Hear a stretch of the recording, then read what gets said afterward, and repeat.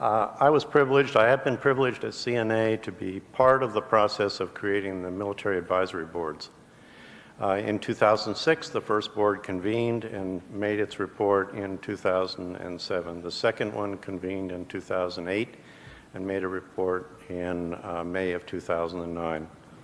The military advisory boards were formed, as Phyllis said, to provide our perspective as graduates of the military system, people who devoted their adult lives, for the most part, to serving our nation and to leading sailors and Marines and soldiers and airmen. Here are some of the names. The commander of the U.S. European Command, the commander of the Pacific Command, and former ambassador to China, the director of naval research, an acquisition professional. We could talk about each of these people in some detail, but over the course of the last 4 years, some 15 3- and 4-star flag officers have been involved in examining the issues, first with regard to climate, its changing, and the modifications that we see taking place to the planet. What are the implications of those to military planners and people who ultimately may have to execute on behalf of the United States under new conditions? And then we looked at energy, and I'll talk about that in a minute. But the idea here is that these are an interconnected set of issues: climate change, energy dependence, and national security.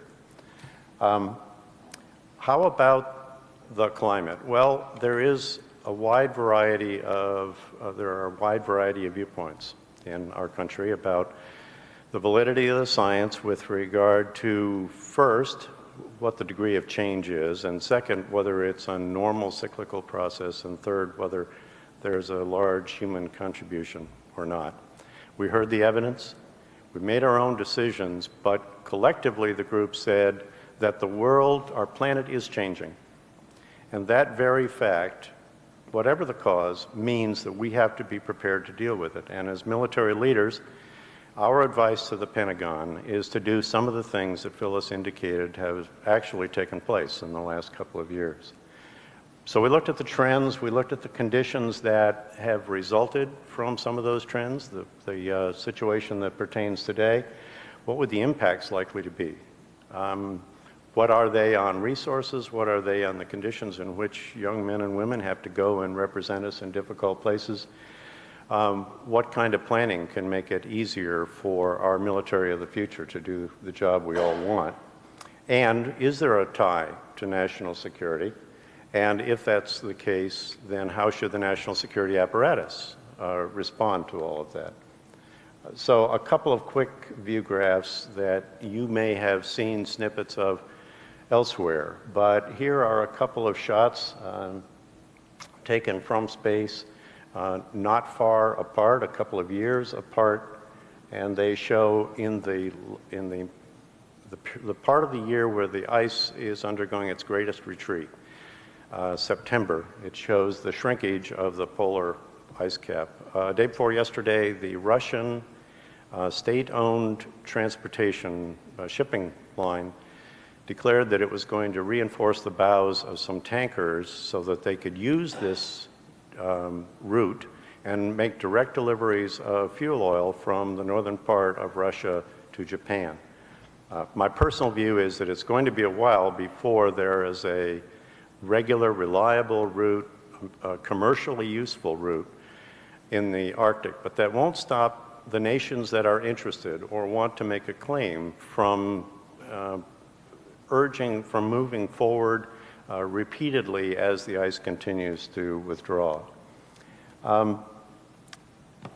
Is there certainty about those things I mentioned before, the various aspects of the science, the contribution of humans to whatever is changing on the planet? Well, maybe not, but Gordon Sullivan, General Gordon Sullivan, the former Chief of Staff of the Army, who led the first of these military advisory boards, said, by the time you're certain something bad has happened on the battlefield. And so It is the training, it's the charge of senior military people, senior folks in the defense establishment, to be prepared to deal with the relative risks of this or that course of action. And that's what we advised. That's an interesting thing. So he said, we never have 100% certainty, and it's up to us to make sure that we weigh the risks and we judge the courses of action.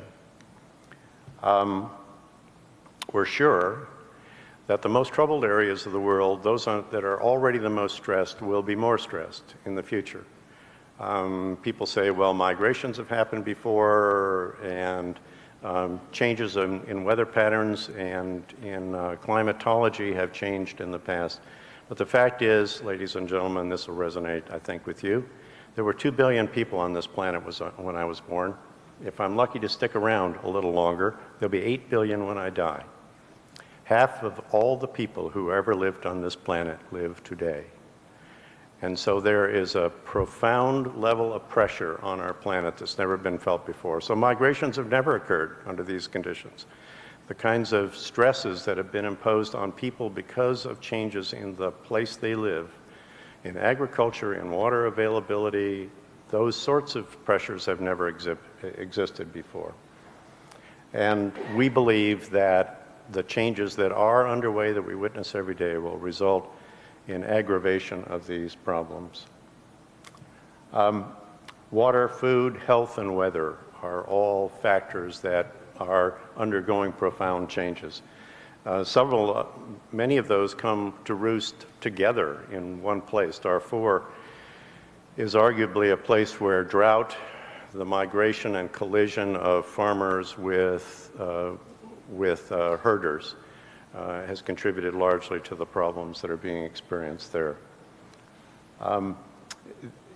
It's not only the fact that water, in parts of the world there will be too much water, and in parts there will be too little. It's increasingly that way now. And with water often goes the kind of animal life on which people exist, fish in this case. And it puts people in the conditions that we see on CNN and the ones that tear at our heartstrings when we see people who've been subjected to these difficult circumstances and live in places like this. And these are breeding grounds for Al-Qaeda and other organizations which have our worst interests at heart. And these are the products, very often, in our military judgment of those kinds of conditions. So the findings from this first study, climate change, the changes that we see taking place in the world constitute a serious threat to our national security, and that in those areas of the world where stresses are already evident, it can only get worse as a result of this. Tensions, even in stable areas of the world, are likely to increase. And as I said earlier, energy dependence, national security, and climate change are all interrelated. So we went into the second military advisory board, essentially the same membership, a little bit of change here and there. And we asked these questions. How about energy? Is there a direct energy or a direct national security implication related to our energy dependence? And if there is, then what's the appropriate role for the Department of Defense and other elements of the national security apparatus, state and others, in dealing with this?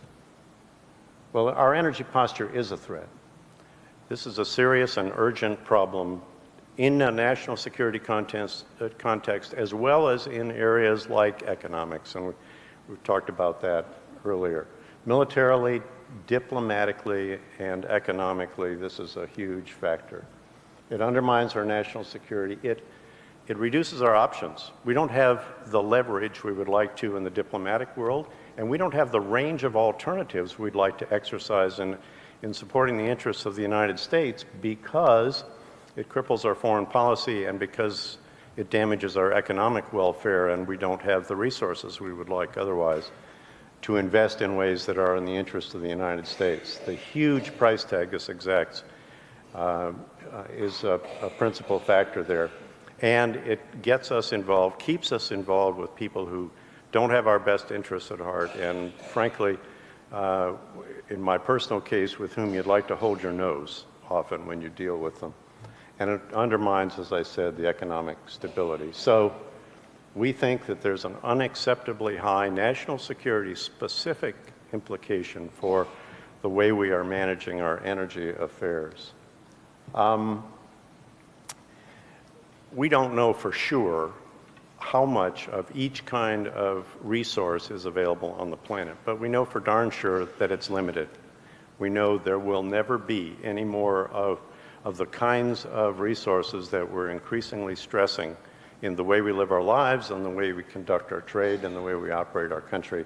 And conflict over fuel resources is, in my view, inevitable and will increase. And the destabilization is going to be aggravated by the climate change that we see. And here are, with the exception of North America and a rapidly depleting field in the North Sea, north of Britain and west of Norway, these circles represent the places where we draw our principal non-U.S. Energy from. And you can see that those are areas which are already under stress, already having difficulty with governance and governments providing services to their people. This is in the Niger Delta. These are the shots in the same place. There's a very modern storage facility up on the left-hand view graph. On the one side of the Niger River and on the other side is this extraordinary poverty. And places like this can be powder kegs and lead to the kind of guerrilla activity that's represented on the lower right. This is a chart that gets the attention of every operational commander in today's military world. That's a convoy snaking around a one-lane dirt road in northeastern Afghanistan. And as a military person, I'd much rather attack that convoy than defend it. But that's what our young men and women have to do. They defend convoys that look like that. 70% of what those convoys carry is liquid, and 80% of what that liquid is petroleum. And our young men and women have no riskier engagement right now in the world than convoy escort, and as a matter of fact, Operation Free has some people here who have been personally involved in that. This picture was taken from about a mile away in a helicopter, and you could see how vulnerable the elements of that convoy are. And then in our own country, as a national security matter, the fragility of the grid is important. Remember the breakdown in 2004 that started in Ohio and darkened 30 million homes in the United States? Well, that was a very small tick on that was unprepared for on a electric grid that is managed by about 6,000 power companies in the United States. And so we have to get that under control in order in our future to be able to get the power from where we can generate it, renewables, where we can generate it, to places where it's needed. So we have some findings here. National security planning process up until May of 2009 had not been, in our view, sufficiently responsive to the new conditions that it was facing. A second finding, we needed concerted leadership and continuous commitment and the kind of leadership in the United States that needed to emerge to seize this problem by the throat, and then by the United States in the international community to provide the leadership that only we can. There are things the DoD can do because of its enormous buying power that were beginning to be thought of in the spring of last year, and that is writing specifications for fleet vehicles, of which the Defense Department buys a grunch. And so there are lots of things that DoD can do that will contribute to an improvement in the civilian economy, as well as making sure that military leaders are better stewards of the energy they have to consume, as well as providing technological solutions to others. So there's a roadmap here. We need to do better planning. We need to factor energy, environment into everything we do in planning. We need to deploy systems that reduce the burden of inefficient fuel usage and in a fairly direct way reduce the exposure of men and women on the front line to the kind of hazards that we are subjecting them to today. Knowing your carbon bootprint is our shorthand for this sort of awareness. We need to transform installations, the places where the military launches from need to be managed in a way that they are both more economical and set the standard for other installations of their kind that are not in the military. We need to directly expand the renewable energy use, and we need to shift to low carbon fuels wherever possible. Priority was get this into the defense planning process. Do what Phyllis said has now been done with the Quadrennial Defense Review. Own up to this problem and factor it into the long-range military planning. It isn't easy. It's not going to be simple, and we think, though, that like astronaut Dick Truly said, it's a way that the U.S. Defense Department can do a better job for the people of America and help lead the way into a technological revolution. That, with leadership at the national level, I believe, will put us in a position to be the instrumental power for the challenge of the 21st century, as we were in the last. There's our little planet, way off in the distance. And as Admiral John Nathman, my friend, said, effectively, we're Americans, for goodness sake. Let's get this done. That's all I have. Thank you.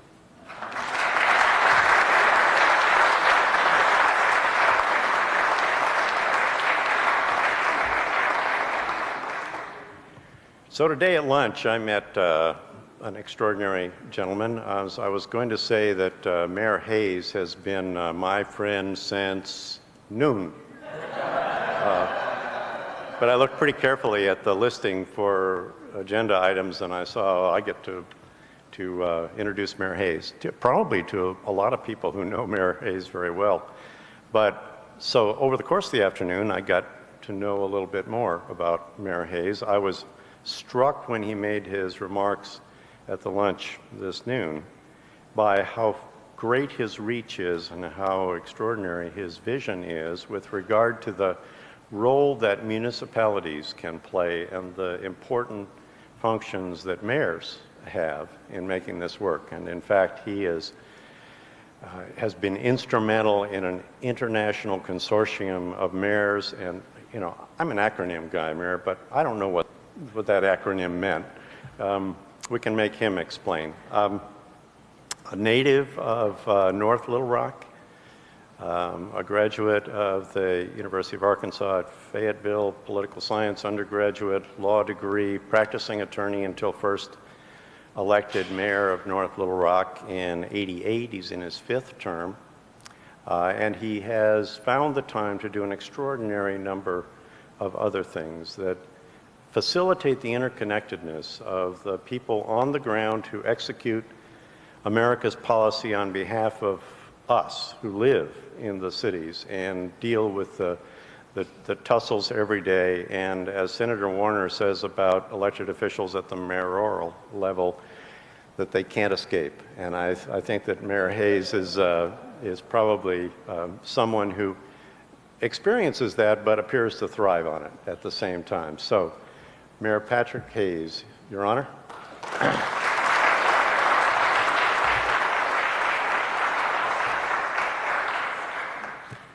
When I first met my long and illustrious friend from noon today, I introduced myself as a fellow admiral, you know, self-proclaimed for the North Little Rock Navy. Just a second ago, although I didn't know his many jobs when he was on active duty, it did perk my ears when it said anti-submarine.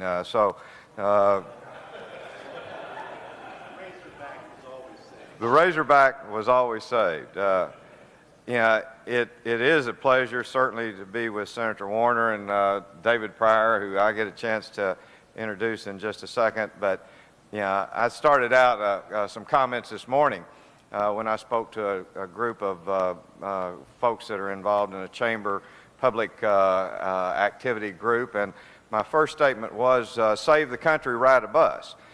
And I guess I'll maybe start my comments now about us and about what we as mayors do. And let me first of all introduce that acronym. It's ICLEI, which is an organization formed in 1990, the International Coalition for Local Environmental Initiatives. It's about 12 or 1,300 local governments on a global basis. The U.S. has 625 as of yesterday, and I was on the board and last year selected as the president and chairman of the board.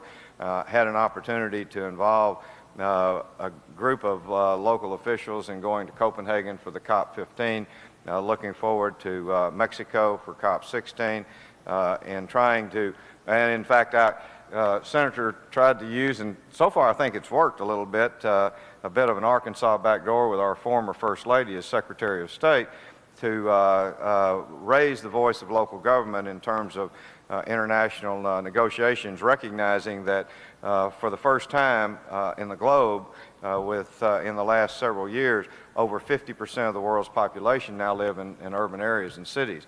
In this country, well over 80% of the globe live, or excuse me, of the U.S. live in cities. Over 90%, perhaps right at the 95% level of the economic engines of this country are within city limits boundaries. So when you look at, and then recall, obviously, you know, I know we're talking on a national basis in terms of our defense, and that's maybe the key, but you know, what I'm here to do is to introduce you to Battlefield North Little Rock.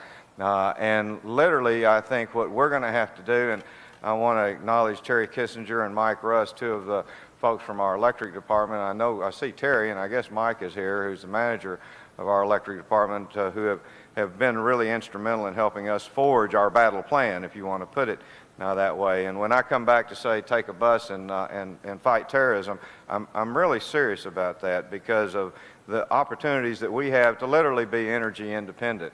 And it's going to take the battle is as much, in fact, the total battle is for our minds.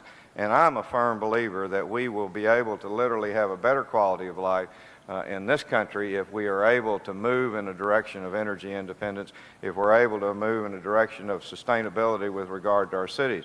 North Little Rock is 54, I believe, 0.6. That number appears on the slide just a little bit later. You know, but I wanted to show it in that way to underline how, you know, we are indeed a part of the globe, and that part are many parts throughout the world when it comes to cities. And if things are going to happen, they're going to happen within the borders of city limits. Which one do you push, Admiral? Okay.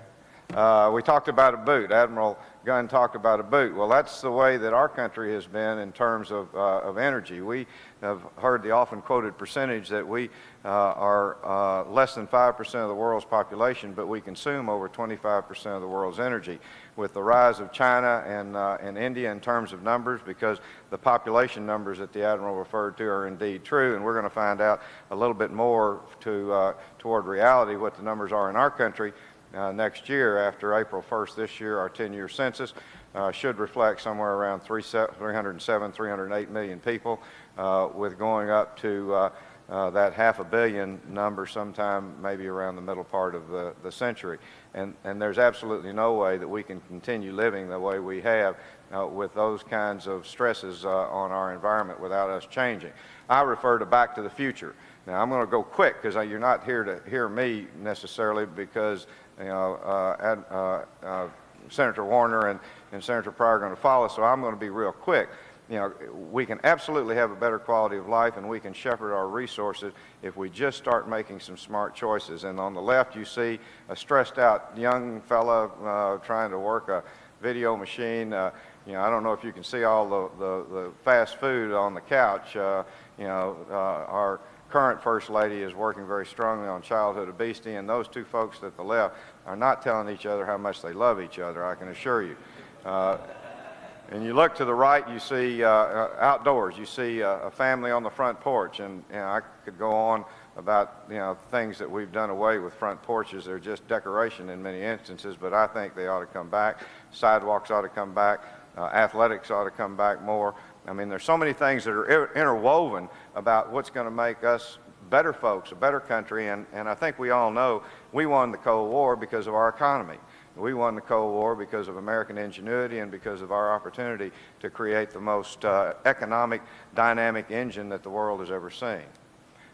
Transportation. Now, where are we going? You all know that we worked for a while to put bus racks on the front of buses, our trolley system. We get a little criticism for that, but that's going to be much more than a tourist draw, which to a large degree it is, but it's also economic investment and job production. Many of you know what North Little Rock looks like. We just opened a brand new grocery store in the Argenta market is now open, and sales tax is being generated therefrom, and we invite you to come over very often. You can get on the trolley and be there in a very environmentally friendly way. The river transportation, more and more we're going to have to look to how to integrate when those additional people start showing up. We do complain about congestion, but we're going to have to really look at how we can live closer to our work. We can take public transit, we can use the waterways, we can use the railways, not only for freight but passenger, and that's a real strong part of North Little Rock's economy. Living.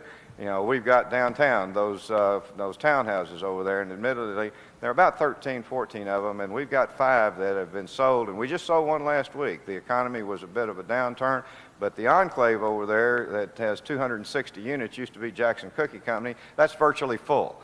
And those folks are about as strategically located as they could for anybody that's employed downtown, with walking over the Junction Bridge. Our senior center, I know Senator Pryor, in my introduction, I'm going to refer to his activity and how much better he's made the lives of the seniors of this country. But that senior center has got an average daily attendance of over 700, and we don't know another one that even approaches that on a national basis. Come on over to Dickey Stevens after we end here. The boys of summer are back in town, and it's a downtown ballpark, as we know. And it's walking distance to our main street. You look at, the trails, talk about health and activity and choice. Because more and more we're looking at different options other than the single passenger automobile, to get back and forth. And I came over here in a single passenger automobile, but it's a Honda Civic Hybrid, and I get 40 miles to the gallon for it. And so that's what we want to do for health and for actual transportation and certainly recreation. That's what communities of the future are going to have. Now you look at the left, and we receive about 15 to 20% of our power from hydro, and we made that decision before global warming and energy independence was as much of an agenda item as it is now, but it certainly is paying dividends for us. About as clean a generating system as you can. You see the trash over to the right. We've got a partnership with Waste Management. We have 4 to 5 megawatts that we get out of burning that methane, and it's a great way to help utilize that type of a fuel and to generate clean power. You see something that we're not as excited about in terms of energy conservation, but we're 10% owner of Plum Point, and that's that coal-fired plant down there. We have, I can certainly say this, the cleanest coal plant that's going to be around, and technology, we have got to face up to realities as we look at our energy plan, because over half of our energy is supplied by coal, and there's not going to be a quick transition. So R&D needs to happen, and it needs to happen in a very concerted way to find out how we can make that fuel source a whole lot more environmentally friendly. Nuclear One up in Russellville, you're looking at a drilling rig for natural gas. I tried real hard around here for several months to get us to buy some natural gas buses for Central Arkansas Transit, and we came close, but we're going to even get closer, as I keep pecking on that door. I'd much rather, talking about national priority, I'd much rather, go up to Clinton, Arkansas, and pipe some gas down to run one of our vehicles than I would of buying a gallon or two of fuel, half of which comes from the Middle East, or offshore. Of course, you're looking at solar and wind. We all know about what is happening here in Little Rock with LS Glass Fiber. Energy independence is a national priority, and it needs to remain. And sometimes you get a little bit off track in debating whether or not global warming is occurring. I hate to waste time, because time's not here to waste. We need to talk about the realities, and certainly I believe in global warming, but the reality is independence is absolutely essential for the future of this country.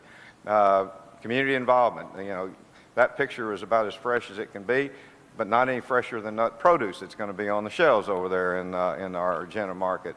Planting trees. I mean, all the kinds of simple things that if we're just conscious of the choices, conscious of the information, that we can be a victor in the battleground for people's minds and how to be smart.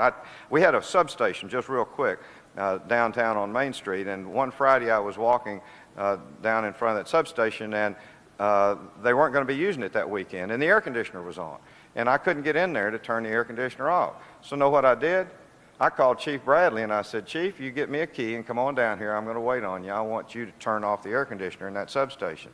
And rest assured, that stuck with him. And I didn't have to call him anymore to turn that air conditioner system off.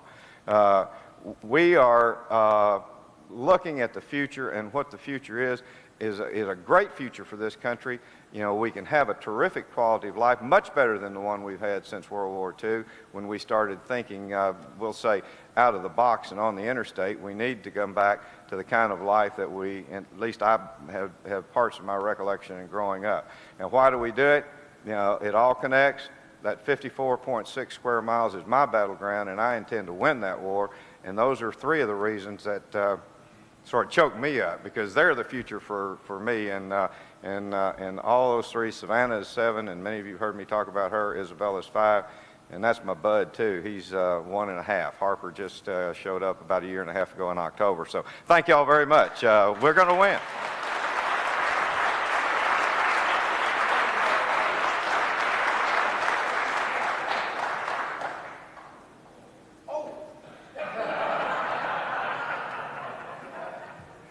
Senator, I'm sorry. I get all talk about my grandchildren. I just lose my train of thought. One quick thing. Savannah picked up a penny when she was 3 years old in our crafts during Christmas, and she said, "Papa, look what I found." And I said, "Savannah, you want to keep that penny?" And she said, "Yeah." And I thought that she was so excited, so I slipped out about 5 or 6, 7, 8 $1 bills, and I said, "Savannah, that penny's not too much. You want some more?" And she said, "Yeah." I said, "Well, how many do you want?" And she said, 2. And I thought, well, okay, because I had 7 or 8. I gave her 2, and then I started thinking, I got this. I said, "Savannah, Papa's got some more. What else has Papa got you'd like to have?" She looked at me real serious, and she said, "Papa, do you have a credit card?" We got to put a lot in the bank for those kids, and that's one of the things that I look over, and David Pryor put a lot of in the bank for my generation, because I can remember he had a fish fry up in front of on the house side up in Washington when I worked for John McClellan as an intern, and that fish fry was we brought in seniors from all around the Northern Virginia area, the Washington area, Maryland, and that's because he had gone in, and we talk about, what is it, Executive in Hiding, that show that's on now. Well, he was a congressman in hiding, and he went into one of those nursing homes, and he spent some time in learning exactly what went on and what didn't go on. And so David Pryor took that, and seniors all around this country, and certainly in many respects this globe, are better off. And as now I'm in that generation, I want to underline our appreciation to a person whose contributions to Arkansas, I don't need to dwell anymore on time, and I think we all in this room, all those that are Arkansans, know that. So let me ask him to come to the microphone with applause and thanks for being a great Arkansan, and we appreciate it. Senator. Thank you, Mayor. Thank you, Mayor. I heard yesterday, I was driving from Mountain Home to Little Rock late yesterday afternoon. I heard the most wonderful discussion on NPR. There was a woman being interviewed, and she is a worldwide expert on seniors and memory loss. And she called it brain default. And a while ago, I thought of you. You're not old enough for this yet, Patrick, but anyway. Patrick Henry Hayes, let me say this, Admiral Gunn and Phyllis and John Warner. Patrick Henry Hayes, when all of the scores are written, the good, bad, indifferent, and whatever, about all the public officials in our little state of Arkansas, no one is going to come out better as having served his people better than Patrick Henry Hayes, North Little Rock. You are a visionary, you are a progressive, Patrick Henry Hayes, and we all salute you, and we thank you for your years of service to your people and to our state. Let me just say that Nikolai DePippi, who presided a moment ago, he's here somewhere. Where are you, Nikolai? Anyway, he's a young man that I had the privilege of hiring when I was the dean, the inaugural dean here at the Clinton School. His father is the dean of the law school here. And I heard last May at the graduation, I was there. I was seated there on the podium, and Dean DePippi got up and he says, "Okay, let's talk about cell phones a minute." So everybody says, "Oh, we got to turn off." He said, "No, don't turn off your cell phones. Turn them on." I want everybody in this, several thousand people in the convention center, in the balconies and all over the place, graduates in their robes, gowns, whatever. Turn on your cell phones. So everybody picked up their cell phone, turned it on. He says, "Now dial one person in the next 60 seconds throughout this convention center who helped make this day possible and help give you graduates an honor and the opportunity to be a graduating senior in this law school graduating class. Thank someone." So I think today, and I love that story about Dean DePippi at the law school graduation. I think if I could pick up my little cell phone, which I can't operate most of the time, if I could dial someone and say thank you, it would be thank you to John Warner, my friend from the Commonwealth of Virginia, the man who served the Commonwealth of Virginia in the United States Senate longer than any other person. John Warner, in my opinion, has come to the very appropriate place to talk about public service, about some of the issues that we in our time and generation must face before it is too late. I thank the Pew Trust, the Pew Charitable Trust, for the effort and the resources that you have put forward in bringing this issue once again to the attention of the American people.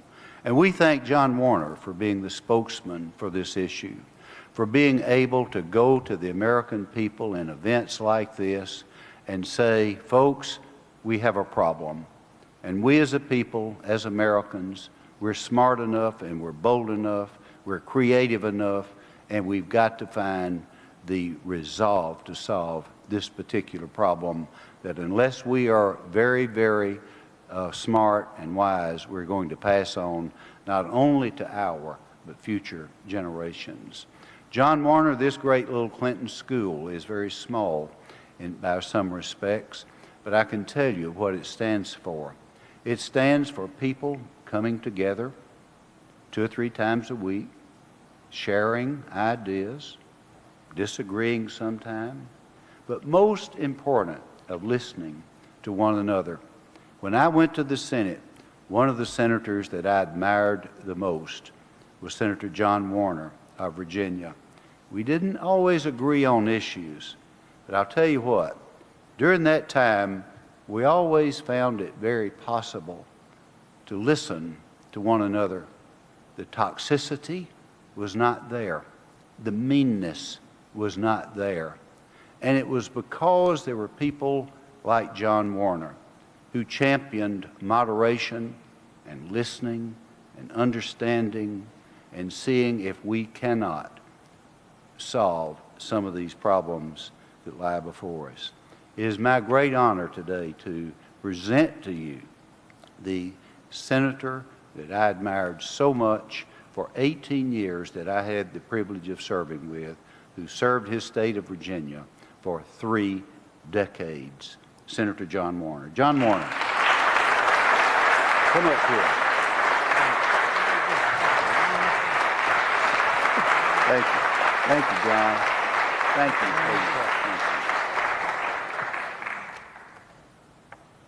I judge this stand was built for Bill Clinton. All the rest of us feel like we're down here. There are moments in everybody's life when you really are at a loss for words. I thank you, dear friend. I thank you from the bottom of my heart, because you reflect on a period which is unquestionably one of the most memorable and happiest when working with you, your whole family, father, son, wives, and the institution that we knew and loved has changed dramatically. If I had the one word to describe this very able public servant, I would simply say civility. It's interesting, George Washington became very much interested in civility. His home, Mount Vernon, is just a few miles down the road from where I live, in a nice little house with my lovely wife and dog. Children are all grown up, grandchildren wander in and out. But I've often gone down there just to reflect and walk through his gardens. And he published a book, and I'm going to send it to you, Senator, on the 28 rules of civility. And they're very simple, and they're understandable. And you talked about your cell phone thing. I'm going to steal that story and make it my own, because I'm going to speak at a graduation very soon, and I'm going to do the exact same thing. But this is a small graduation of just a middle school where my grandson is departing from, fortunately. But I'm going to give each one of them a copy of George Washington's book, all 32 graduates, on civility. But you exemplified that then, now, and most importantly, you will always be remembered for it. And I wish your son the best, of good fortune, your wife and your family. And I'll tell you a funny story. Funny little story. I went out, we were at the Pew Foundation, Phyllis. We went out to visit my old friend and your old friend, John Glenn. John asked me to come out to his school, John Glenn School at Ohio University. And there he was, a towering man of strength, as strong as ever, and his lovely wife, Annie. And we had an audience about this size, you know, friends, and it was a very warm exchange, and we were getting along just fine until, in the course of the questions, and we're going to get to these questions and colloquies from you. You've had enough speakers, so I'm going to yield the floor to you momentarily. But this one person got up and in a very robust voice began to talk about the inability of the Congress to get anything done, and how he was paying the salary of the members of Congress, and how his state and the nation needed things done. And he said, I'll tell you what the solution is. And he was very clever. He had a long pause. Then he repeated it. I'll tell you what the solution is. We're going to send John Glenn, John Warner back to the Senate. Well, my God. John Glenn's wife jumped up and said, no, he's not going back. No, he's not going back. So, spontaneously, that happened. But those are some of the wonderful things that I have experienced on this marvelous trip with our leader here, Phyllis Cutnell, and the Pew Foundation, which I'm privileged to work for, and our good friend Admiral Gunn.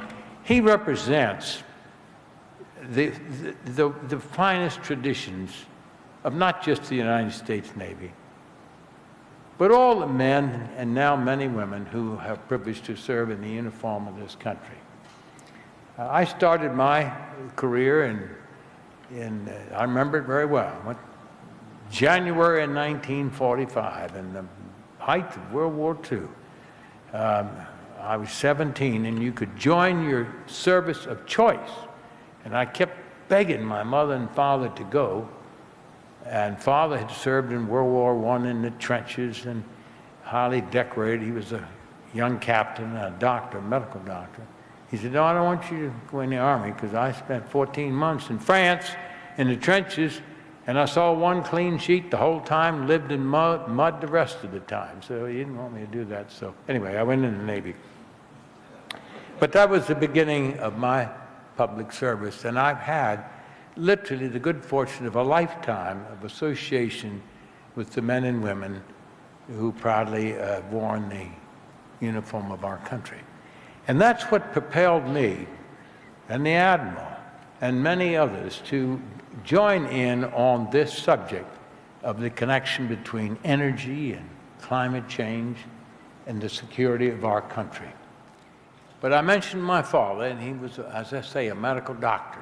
And he used to say to me, I remember this so well, I told our mutual friend Dale Bumpers his story one time, and oh, I love Dale Bumpers. Now, you know, it's funny.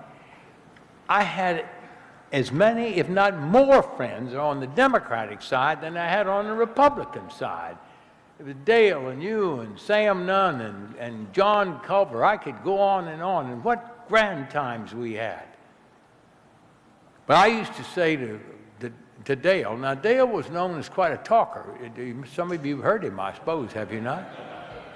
I remember the time we were on the debate at 4 o'clock in the morning on the Senate, arguing over a battle in the Civil War and which side had won the battle. And senators sleepily got up out of their offices and all came down to the floor. But I told him this story. I said, Senator Bumpers, you don't learn anything while you're talking. It's only while you're listening. So, folks, it's time for the speech makers to settle back and let's have a listening session. Because, see this wonderful statement here? I was privileged to know President Clinton quite well. I was chairman of the committee or ranking member. I went in and out so many times, either one seat or the other. Ranking's the minority senior person. But we'd go down. He'd have us down to the White House. And he acknowledged he wasn't, the foremost expert on national security, but he wanted to learn. And his idea of learning was to listen. And he'd bring the Secretary of Defense, Secretary of State. I was then chairman or ranking of the Armed Services Committee of the Senate. He'd bring my counterparts in the House of Representatives and some of the appropriators who did the defense appropriations. You're familiar with all those very well. And he didn't sit down in his office, and we didn't sit in the cabinet room. He said, come on, let's go upstairs in the family quarters. I can relax better up there. And the press can't look through the window and see me up there, and I want to relax. And we'd sit there and we would talk. And this is the tough times of the Balkans problems, you know. When there was a hot war going on and the question of, to the extent our wonderful men and women of the armed forces were involved in that, he was a good listener and a good learner, and I think one of his greatest accomplishments is to establish this school. And when I made the decision to not seek a sixth term in the Senate, although I'll tell you, with modesty, the Democrats told me they would not run anybody against me if I ran. And the Republicans, forget it, I could roll them over in a minute. All those old hard knockers and soft knockers and all of them. But it really, I took the campaign funds that I had, a small amount, and gave it to 2 universities which trained me, Washington and Lee and the University of Virginia. And I set up scholarships with this exact name, public service. But I made one stipulation, Senator, you'd be interested in this. I said, the winner has to be a man or a woman that commits at some point in their life to serve some period of public service. But it's not an appointment by a governor. It's got to be, Mr. Mayor, what you have done, and that is to go out and shake hands with people, and the toughest thing is to look them in the eye and say, can I have your vote? And that gets a little advantage on them, but I've had them said many a time, no way, Senator, you're going to get my vote. And I said, well, I'll put you in the undecided column. So let us talk about it, because the Congress of the United States is only going to react if you, individually and collectively, urge them to do so.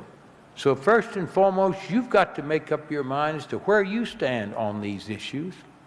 And then secondly, am I going to become an activist and reach out could be your state representatives or your federal, and express my views to that individual and get this thing going. The Pew Foundation, as Ms. Cutno can tell you, just did a study of the 20 leading industrial nations of the world. And of those nations, which were performing and building, most importantly, things that related to climate change and energy efficiency and conservation. And it was China. It was Denmark that leads in wind energy. It was Germany, which leads in solar voltaic cells. And on it goes. And the United States wasn't in the top 5, the top 10. We were down, way down here. Because each nation that did have a framework of laws had then incentivized their industry, their fuel suppliers, their energy suppliers, and they were moving ahead.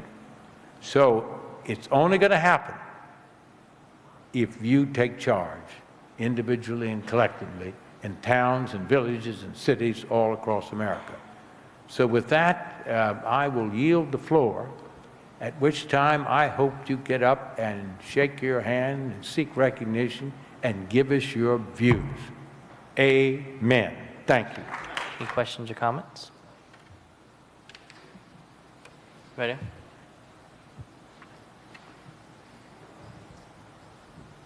Hi, my name is Kevin Tran. I'm a doctoral student from University of Phoenix, and my research, my dissertation is also in renewable energy. Can you raise your voice? Yes. My question is, we have talked a lot about renewable energy and various options of renewable energy. When is the appropriate time that we have a study group or initiative to do a study on what the renewable energy we need to address or start implementing? And I think I generally understand your question, and that is the emphasis on renewable energy sources. The basic definition of renewable energy is that it expends no hydrocarbons. It is the wind. It is the sun. It is the heat in the earth, the geothermal, and there are other forms of it. Ladies and gentlemen, we are, as a nation, beginning to rely on those sources more and more, but it's a very small fraction of the total consumption of our energy, and it's quite expensive. I would hope Phyllis could tell us of a story, you could stand and tell it momentarily, Phyllis, of how a large wind farm, which was going to be constructed, has suddenly been stopped by federal court action. So it's not a simple thing to suddenly rely on the wind. First place, often the wind blows in those geographic areas of the country that are most remote from the grid. So you've got to capture the wind power, put it in the form of electricity, and then get it to the grid. And there's a great deal of what we call attenuation or loss getting to the grid. So we, as a nation, should seek to continue to add those sources of energy when they economically can be done, but it will not eventually be the main solution. Would someone care to add to that? You know, the only thing I'd add is all of the above. I mean, you know, you've got different parts of the country, different geographic assets and liabilities, and every one of those technologies is one that ought to be explored as you adapt whichever might be the best. I know wind, in terms of Arkansas, it doesn't appear to be that beneficial, but You've got solar. Germany, I think, is one of the leading solar states, as the senator, or countries, as the senator indicated, and its climate in terms of cloud cover is not much better than, in fact, probably worse than ours. And then you've got, different opportunities that that you have to look at in terms of technology from battery, because storage is a big aspect of the difficulty in trying to deal with renewables. So a variety of answers. All the above really is the proper one, I'd say. And as strong as we're trying to do it, sometimes we get stopped in our tracks. Stand up and tell them quickly that story that's in the press here in the last 48 hours. Well, it was just in the newspaper today. I think there are challenges with getting renewables up and running, certainly, and this was just a story about the Department of Defense challenging a large wind farm in Oregon, or at least wanting to take a second look at it because it would interfere with the Air Force, some Air Force bases there. But that being said, to renewable energy, the cost of renewable energy is coming down, and the clean energy economy is growing globally and here in the United States. I mean, we've seen the clean energy economy grow by 230%, even at a time when the global economy has kind of decreased. So I think it represents an unbelievable opportunity. And as costs come down, and you see wind is obviously a mature sector, and where solar, we had 7 times the investments in solar that we had just 5 years ago. It needs to be an opportunity that we should seize, recognizing that there are going to be challenges in deploying it. We may come back, but we want to listen to others out here. Come on, folks, it's very quiet. Yes, ma'am. Offshore drilling going to help us. We started, I understand that the President released approval to offshore drill in Florida. Right, and let me say that I put that piece of legislation in 3 consecutive years before I stepped down. For Virginia, and we worded it very carefully, the proposed legislation, that we'd go out at a minimum of 50 miles. That is, you could not see it from shore, and help minimize some pollutant problems if it got near the shore. And then you could drill for gas. We put it in for gas. Technology today is proven that we can extract that type of natural energy from our own territorial waters, and if the people of Virginia had a vote on it, then we'll do it. And the President, I think very wisely, has come along, and what he's done is one key word. He has authorized the exploration, which means that we should energize those companies to go out and determine through exploration, is it or is it not there, be it gas or oil, and can they or can they not at that level, wherever it is. The geologists have wonderful means of determining it now. What sort of rig would be necessary and how safe would that rig be? So to the President's credit, he has taken step 1. But again, the legislation eventually, each state would have to speak and approve it. Yes, it will help. Every bit of energy that we're able to take from our own resources safely, environmentally extracted, lessens the need to go overseas and find a source to ship it here. I guess on that point, there was a lot of talk about natural gas being that bridge from the foreign dependent to something that we could make here. But now that petroleum has come down in price per barrel, that natural gas has kind of taken the back burners, even in Arkansas. So what's the future of natural gas in this equation? Yeah, I think very quickly, I don't think anybody, of course the points have been made, is that petroleum is a finite resource, and you've got India and China that are moving up in greater numbers and having the ability to try to, we'll say, achieve some of the things that we have in terms of energy. And they're going after some of the same things that we have in terms of foreign oil.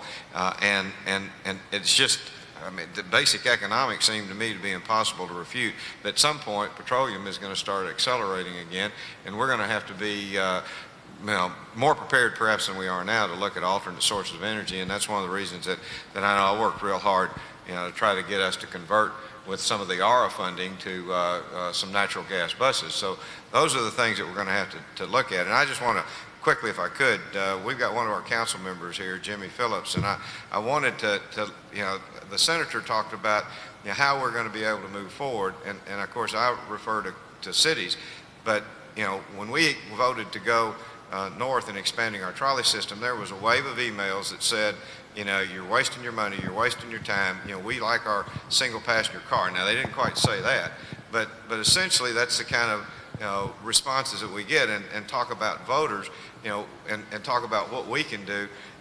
Those of us on the local level and the state level and the national level that are in office need to have folks like you who are have taken the time to come to evenings like this and see the future and what kind of issues it have to do, because Jimmy and I need cover when we make those decisions. So self-preservation is always a partial goal, but also allies in terms of political direction in this country is very important. Quickly, a technical thing on natural gas, two things. One, it contributes greenhouse gases, but at only about 50% of the level of coal. So with natural gas, you create a significant reduction of greenhouse gases.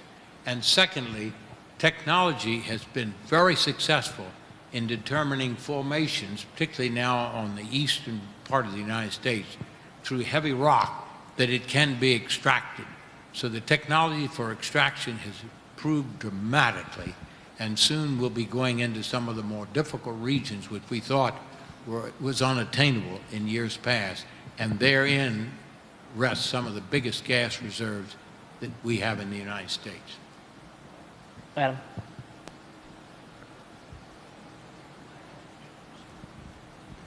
Hi, thank you for being here. My name is Adam Moreland. I'm a student at the Clinton School. I'm from West Virginia originally, and I have this dream of, we keep hearing about creating all these green jobs, and I have this dream of taking those green jobs and setting them up in West Virginia and Kentucky and coal country, and taking those miners and moving them over and kind of getting getting people out of the coal mine, getting us off of our reliance on coal and into more renewable energies. But I don't hear anything about those green jobs being created. Could you kind of maybe speak on where we are in that process of getting those green jobs going? You want to try that? Toss that one over to the sailor. In the 1960s, in the northeast region of France, the resources began to peter out, the coal resources in northeastern France, and the jobs went with them. The French government, whether you agree with their general approach to matters or not, made a decision to retrain the people who were now unemployed in information technology and systems engineering. And you would have thought, wow, that's a bridge too far. But the fact is that the people who'd grown up in the coal region were limited in what they had for educational opportunities, and when offered state support, were willing and able to take advantage of it. It turned out to be very important, and it rocketed France to the head of the pack in terms of information technology in what became the European Union. So what's the lesson there? I think the lesson is that there is a role for government at federal, state, and local level in accounting for the distortions that take place as a natural consequence of the changes in the way we have our resources and can use our resources. I'm not advocating the sort of command approach that the French government took. It was comfortable for them. It would not be that comfortable for us. But the alignment of incentives is extraordinarily important, and we've talked about that on the road in a number of of venues.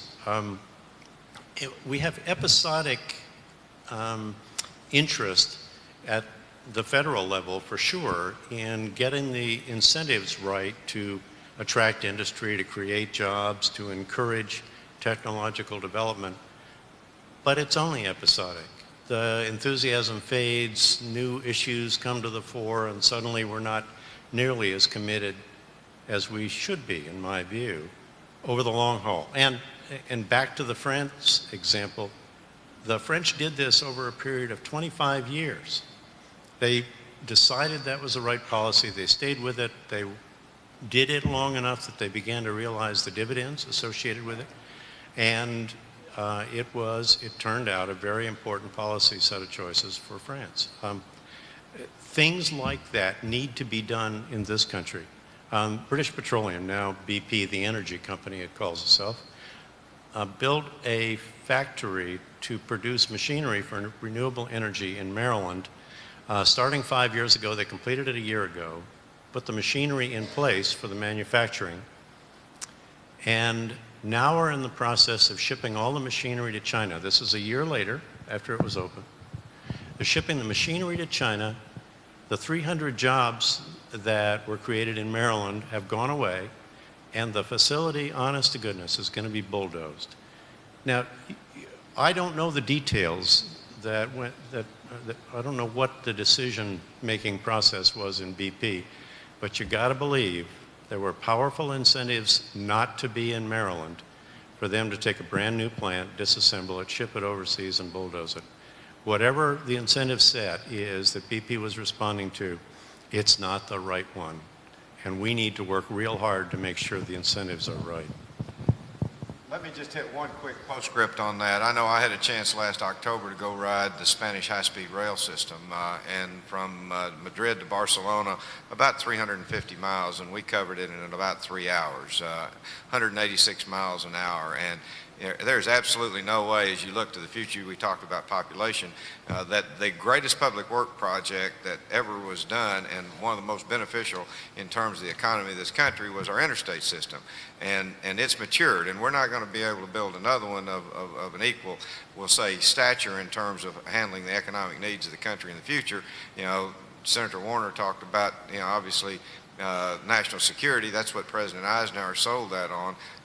Was national security. So without a doubt, you know, we're going to have to look to the future, and they can't build a new high-speed rail system or an integrated transportation system, which it needs to be overseas. That's got to be done here, and it's got to be done with significant public investment. So, you know, there are a lot of things that we can do in transitioning from a fossil-based economy to a more environmentally friendly economy, and all those jobs, in fact, the vast majority of them have to be here. They talked about one thing that was in the paper not too long ago, that talking about building some of the equipment for the $8 billion that Obama invested in, or at least is directed toward the stimulus funding in high-speed rail. You know, there are two plants here in Arkansas that may very well produce some of the cars that stimulus money may help fund. So those are jobs, and they're going to be good jobs for the future.